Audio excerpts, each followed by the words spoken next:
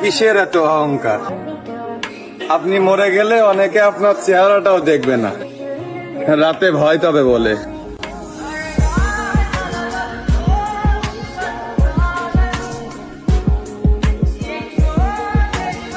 অল্প বয়সে দাড়ি রাখা আর অল্প বয়সে পর্দা করা, এই দুটো কাজ করতেই পরিপূর্ণ ঈমান লাগে।